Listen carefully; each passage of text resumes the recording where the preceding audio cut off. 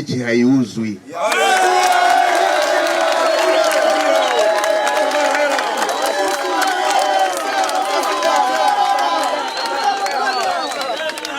Kwa hiyo bichi haiuzwi.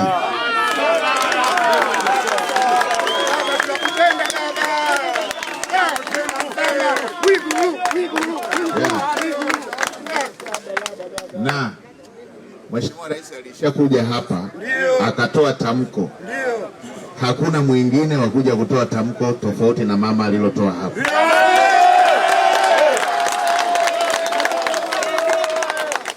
Kwa lile tamko alilotoa Mheshimiwa Rais hapa Daktari Samia Suluhu Hassan, ndio hilo sisi tunalosimamia hapa. Hapauzi,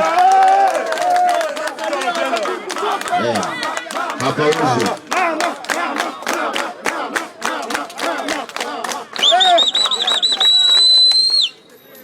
Kwa hiyo kwa kuwa hata afisa biashara amesema inawezekana lilikuwa ni tafasiri, ni masuala ya tafasiri ama ya kutokuelewana ama ya kuteleza katika mawasiliano, tuende na tamko la serikali ambalo alitoa Mheshimiwa Rais yeye mwenyewe kwamba hapa ni kwa ajili ya vijana wetu.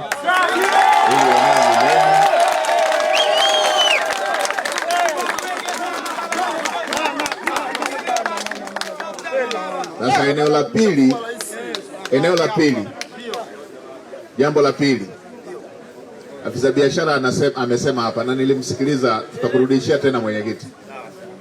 Uliongea tangu mwanzo kwamba ninyi hampingi maboresho.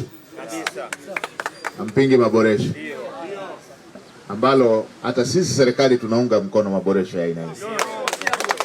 Na mimi nitawasihi tena, nitaendelea kuwasihi, wala msipinge maboresho, kwa sababu unapokuja ugeni mkubwa kama huo mnatakiwa muatamanishe. Ndio biashara yenyewe hiyo, si ndio hivyo? Mnatakiwa muatamanishe ili waje, wasione ni eneo gumu wao kufika. Mkifanya waone ni eneo gumu kufika, mtakosa wateja. Kwa hiyo la kwanza ni waondolee hofu, hapauzwi,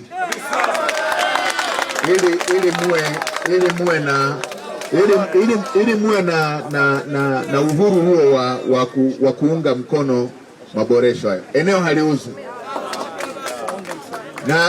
Na jambo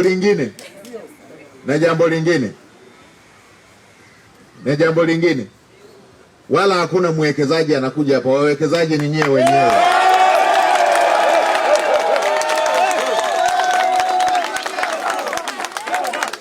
Ndio, wala hakuna mwekezaji anakuja, wawekezaji ni nyewe wenyewe.